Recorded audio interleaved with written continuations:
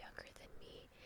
So this story not only reminds me of her and my childhood, but it's just a really nice, beautiful Christmas story. And if you have not seen the actual ballet of the Nutcracker, I recommend it. I'm not, a huge ballet lover. I was a dancer and I never really studied ballet that much. But it's a beautiful, beautiful ballet. So I'm going to be reading the story from my phone here. I was going to read it on a tablet, but it didn't have enough battery, and Okay, so I'm going to be looking down, obviously, to read the story. And I hope that you can snuggle up nice and cozy and enjoy. Okay, so Carla and Fitz were sitting by the door of the kitchen. Their cheeks were red after throwing snowballs outside in the cold air. Their eyes shone brighter than the candles on the Christmas tree and were chattering very excitedly about something. What were two children so excited about on Christmas Eve? You don't have to be a genius to guess the answer to that question, for they were talking about presents. The presents for Carla and Vince were wrapped up and waiting for them on the kitchen table, just on the other side of the door. But the children were forbidden to go through the door until it was time for presents. And as they couldn't see the presents, they talked about them instead. I bet, said Fritz, that this year Godfather Dresselmeyer has made it 2 entire armies of clockwork soldiers, thousands and thousands of them, cavalry and infantry and artillery, and they'll go to war with each other and fire cannons and guns like this. Bam! It will be just like a real battle. Oh no, said Clara.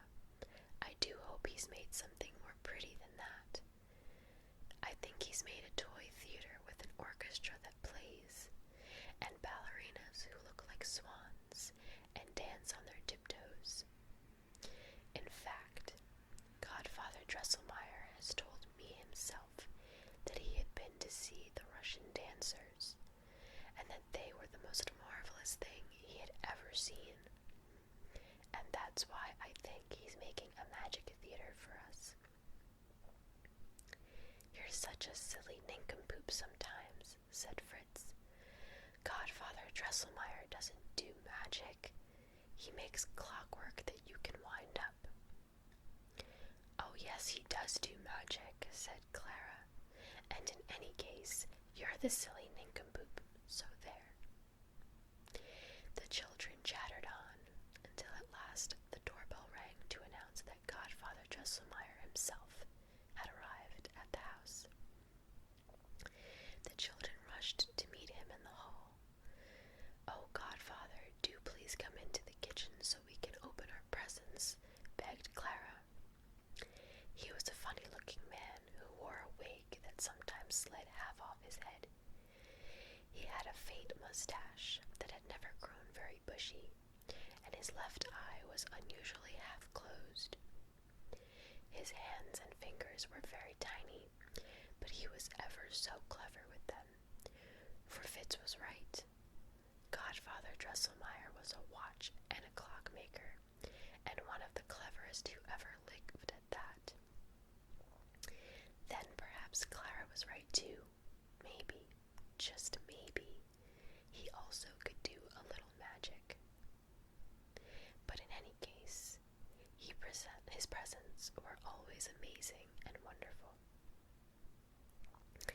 It took a while to gather the whole family, including parents, children, aunts, uncles, and godparents.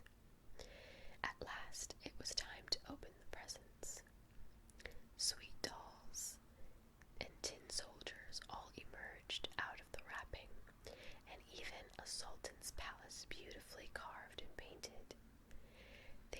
exciting and lovely presents, and at last they were all opened, except that they hadn't yet found a gift from Godfather Drosselmeyer. Clara understood that he was keeping back an extra special surprise for them, but Fritz thought that their godfather was such a strange man that perhaps he had forgotten all about Christmas this year. Both children were too polite to ask, but Clara gave her godfather a gift of her own, a picture of a sugar plum fairy that she had painted herself. The old man was clearly delighted with it. He said, "And what have I got for dear Clara and Fritz this year? Ah, yes, I remember now. It's here in my waistcoat pocket." He pulled out a very small present, no longer than his hand. "Which one of you two wants to open it this year?" Fritz saw how small the present was and said, "Let Clara open it. She's so excited about it because she's still a baby." Clara took the present and felt it. Yes, here it was, the head, a little on the large size, and here were its legs. She smiled and said, "It's a doll. I bet it dances." She carefully unwrapped it and saw that it wasn't just a doll. It was a Nutcracker, painted to look like a soldier. The handles were legs in bright red trousers, and with feet in shiny boots, and the part where you put the nuts to crack them looked like an oversized head with giant jaws. On top of its head, it wore a tall, furry hat. To tell you the truth, it was rather ugly. "Why, thank you," said Clara. "You're not disappointed, are you?" Godfather Drosselmeyer asked. "No," she said. "I love the Nutcracker soldier because he's funny." And she gave her godfather a hug and a kiss.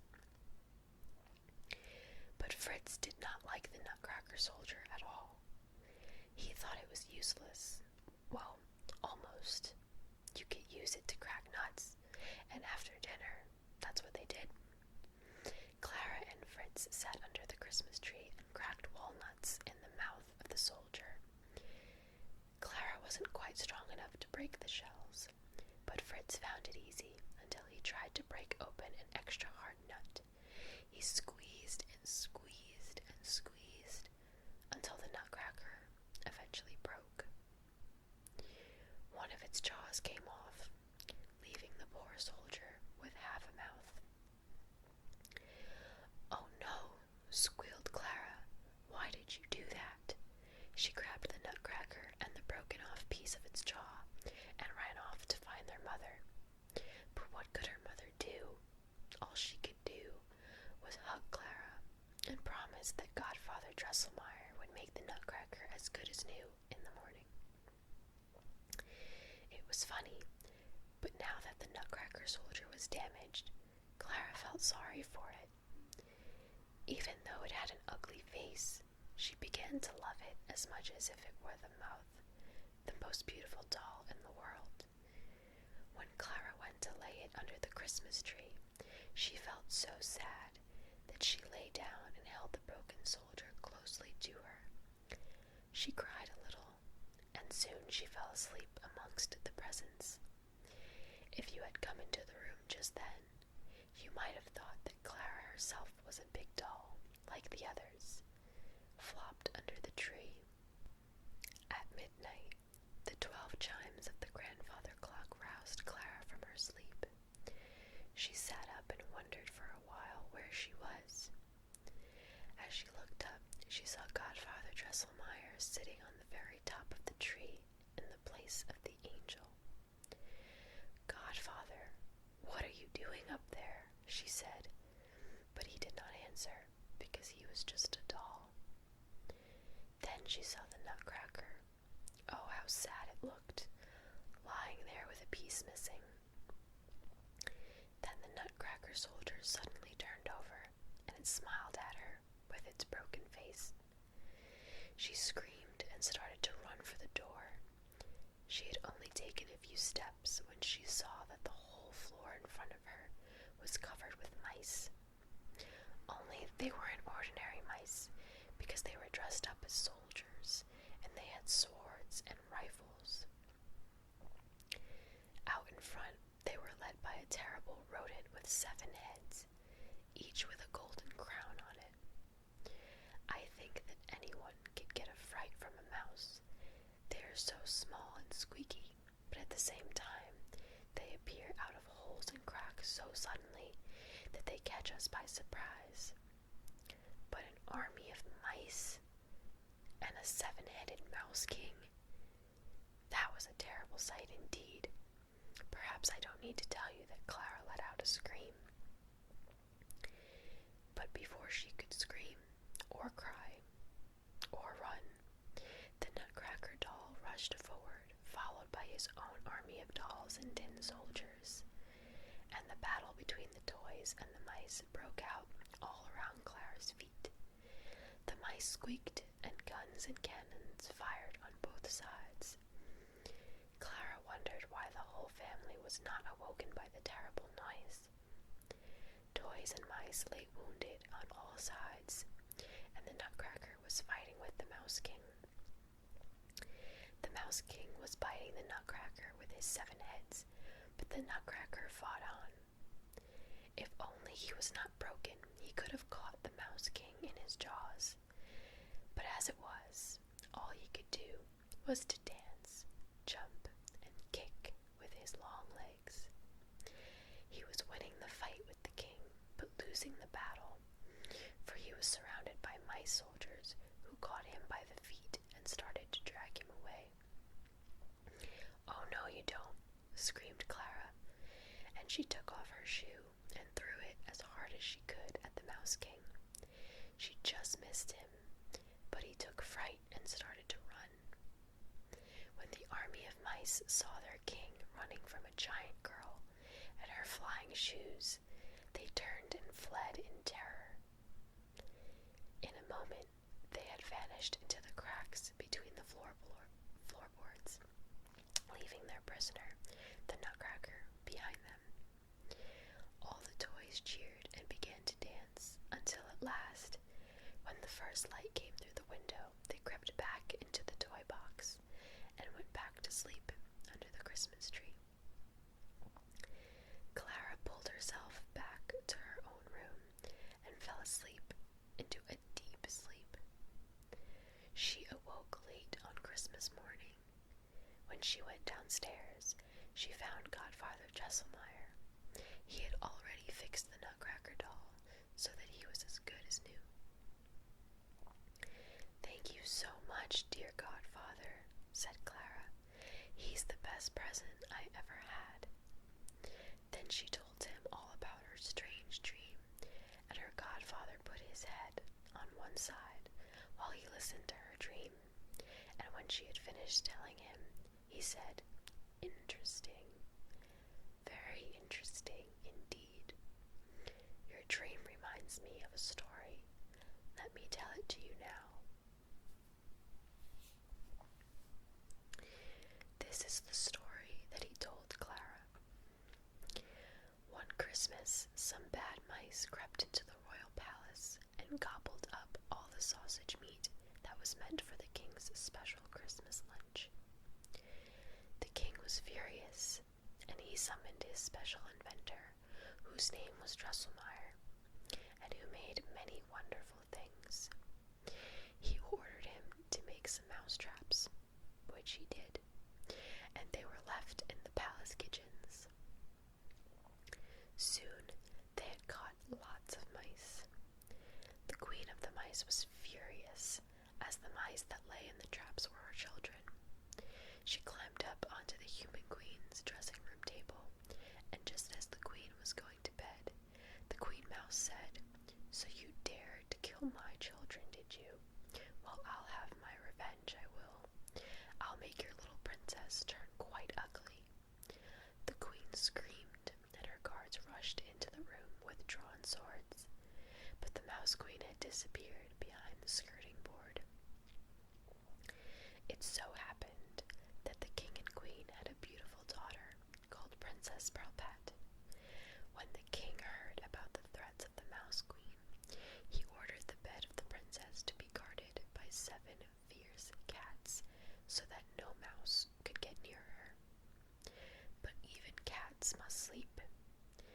When they were curled up and purring softly, the Queen Mouse crept past them and climbed up onto the end of Princess Pearlpat's cot.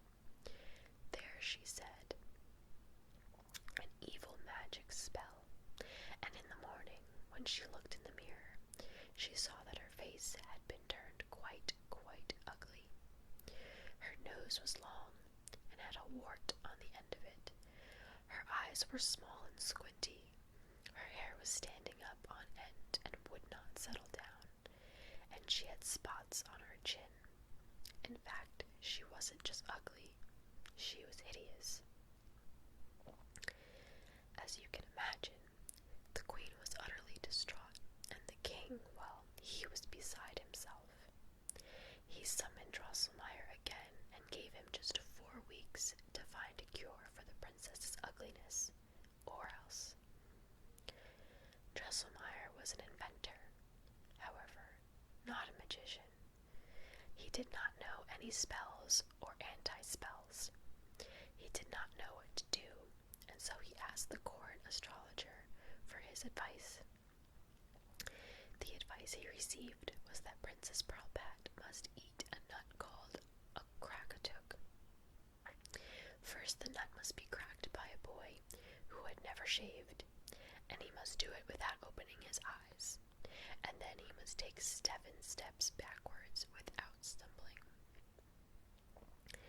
Well, Drosselmeyer searched the land for a crackatook nut, and eventually, after almost 4 weeks were up, he found one in a small shop. He brought it before the king. "This nut, sire," he said, "is the cure for your daughter's ugliness. She must eat it. But first, the nut must be cracked by a boy who has never shaved, and he must do it with his eyes closed. And then he must take 7 steps backwards without stumbling."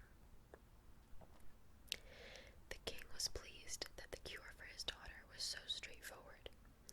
He made a law that any boy who fulfilled the conditions and cured his daughter of ugliness would have the hand in marriage of the princess. Many boys came to the palace and tried to crack the nut, but no one could succeed until one day, when Drosselmeyer's own nephew was visiting his uncle in the palace. His face was still smooth. He had not quite reached the age where he needed to shave, and his uncle asked if he would like to try his hand at cracking the nut. The nephew held the nut between his teeth. He closed his eyes, and he cracked it. Then he took 7 steps backwards, and on the 7th step, he stumbled. However, Princess Pearlpat was cured of her ugliness and was beautiful once more. Drosselmeyer's nephew caught the spell, and his face became ugly.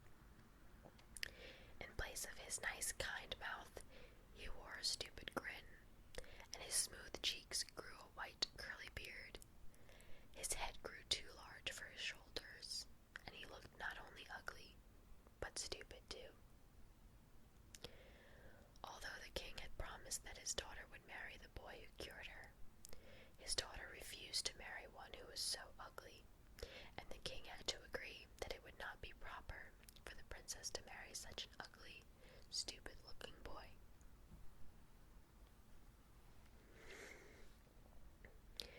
As Drosselmeyer's nephew went home, people pointed and laughed at him. His teachers said he could no longer come to school because he looked so stupid, so he stayed at home all alone. That was the story that Godfather Drosselmeyer told to Clara. She thanked her godfather for telling her such an interesting story, but she had to admit that it made her feel rather sad. That night, Clara was thinking about the strange tale, and she could not fall asleep. After a long while of laying awake, she heard a voice whispering in her ear. It was the Mouse King who had come back. He said to her, "Feed me your sweets, or I will bite off the head of your precious Nutcracker, and I will spit it out where nobody will find it again, not even your ingenious godfather." Clara was so afraid for the Nutcracker that she got up and found some sweets for the Mouse King.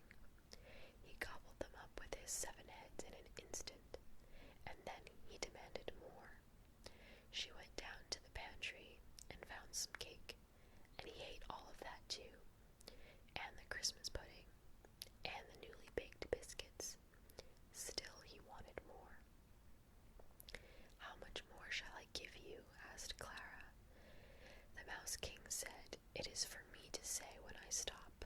Give me more, I say.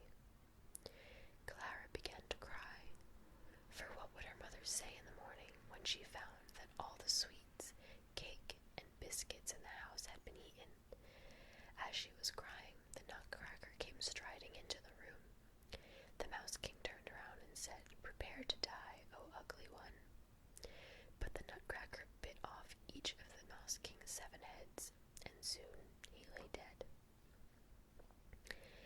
When he had defeated his enemy, Clara picked up her hero and took him back to her room. Instead of going to sleep, they watched a wonderful show.